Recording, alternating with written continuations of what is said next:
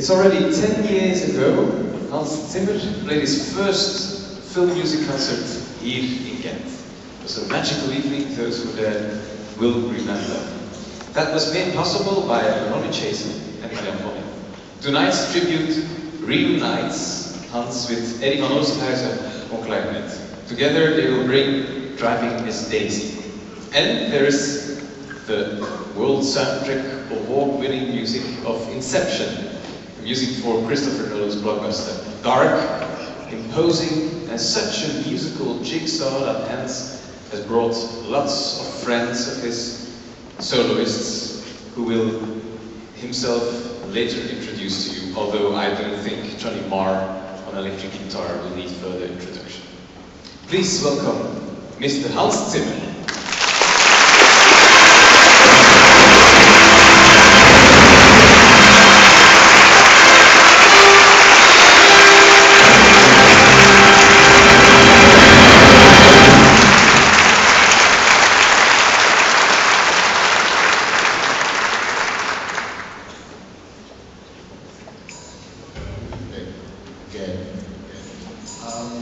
I was rather taken by surprise by the award. I didn't expect that.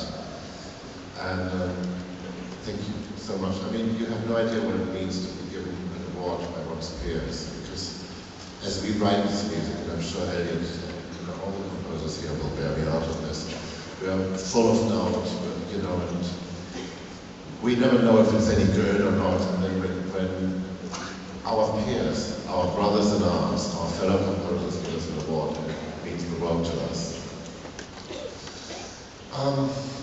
25 years ago or so, I came to Hollywood. One of the first movies I ever did was Driving Miss Daisy, and Ronnie Chasen was the press agent for the soundtracks of Driving Miss Daisy. And she heard my little tune, and, you know, I didn't know anybody. She goes, "Oh, you're going to go far, you know, something like this. I'm going to become your agent, the press agent." I said, "Okay, I'll have a press agent." But it wasn't, I didn't understand what the press agent was. I didn't understand that the press agent was my confidant, my best friend, my mother telling me forever to tuck in my shirt. So the first note she heard, you know, this is I don't know where to start, I don't know where to stop. She was such a rich character, and she influenced all our lives so much, but she loved composers, she loved music, and I think it's been mentioned probably more than once, but I'm just going to do it again because she deserves it.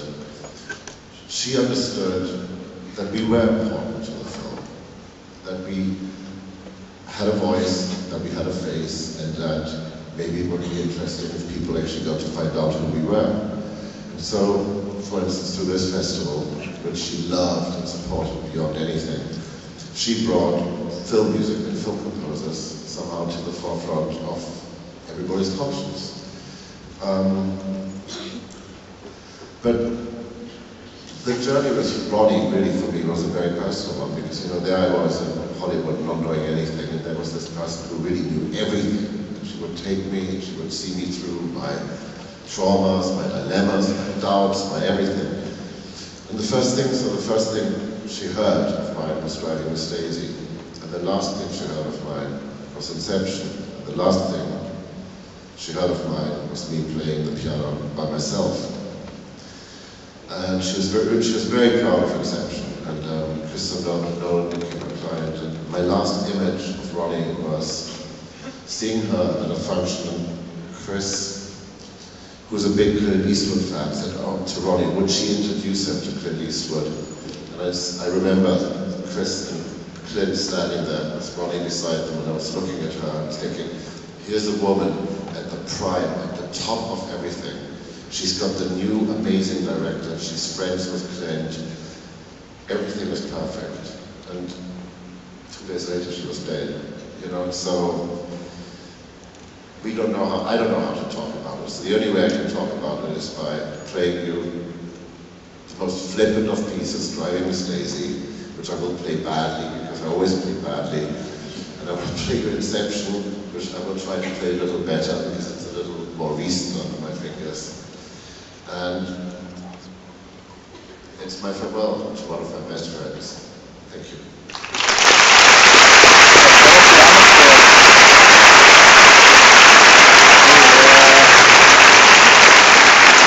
Actually, no good advice. Let me introduce some of my musicians. Anne-Marie Calhoun.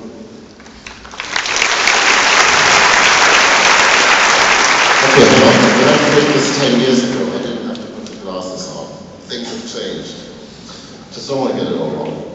Eddie van der Osterhäuser, who played with me, actually it wasn't 10 years ago, it was 11 years ago. Alright?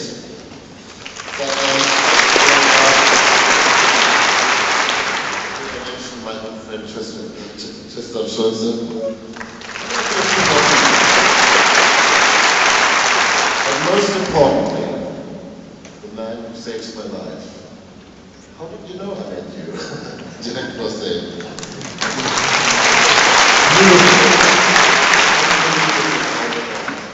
I mean, you guys sound so. Can I just talk about you for a second? You guys sound so amazing and so beautiful, and wow, really, we will try not to ruin it.